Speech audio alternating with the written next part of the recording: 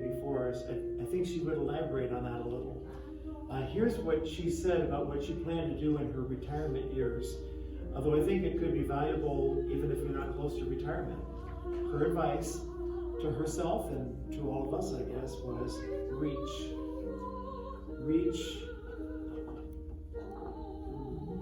Reach backward and forward, and reach outward and inward. So how did Evie reach backwards? Well, of course, there were her memories, many of which she wrote down. But she also worked on plotting her family tree and preserving ancestral stories for the people who would come after her. You know, who might want to know some of their heritage, including what the world was like when she was growing up, and when she raised a family, and when she had a second career, and when she retired, and what she, as a mother, grandmother, great-grandmother, or friend, was like, and how she navigated all the changes going on in society and her life.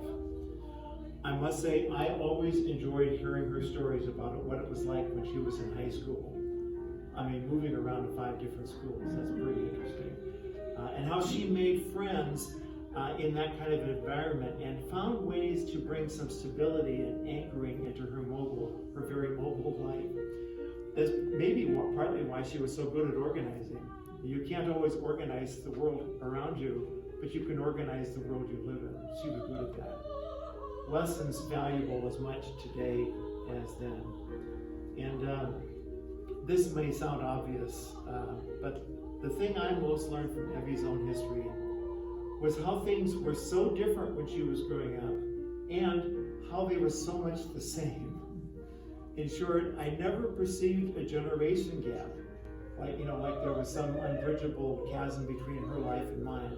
No, her life was different, but it was also similar. And the differences were just plain interesting. She never made me feel like I didn't have enough years of experience to know what I was talking about, though she could have. She had a lot more than I did. But she made me feel that I was a fellow traveler, and that we both had things to teach each other and to learn from each other. Now, as important as reaching backward to the past is,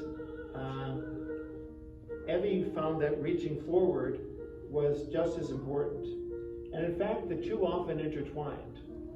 Thinking of her children and their children's children, she worked on organizing and fixing photos of her past and writing stories about how things were and what they meant, and identifying antiques and collectibles so her progeny would know what these pieces of her past meant and why they might be important or worthwhile.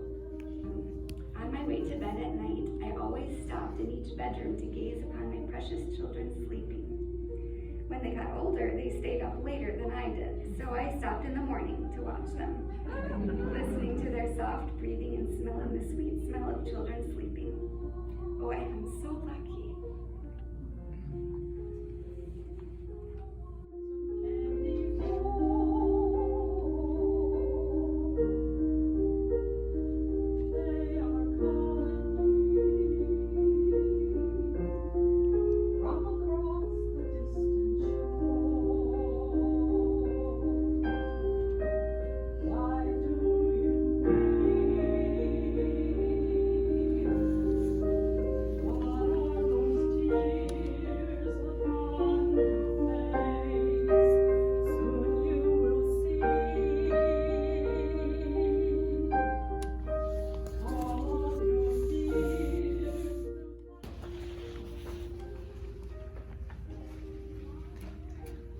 Let us remember gratefully the courage and faith and love which my grandma, manifested to the end. Neither infirmity nor age availed to break her spirit.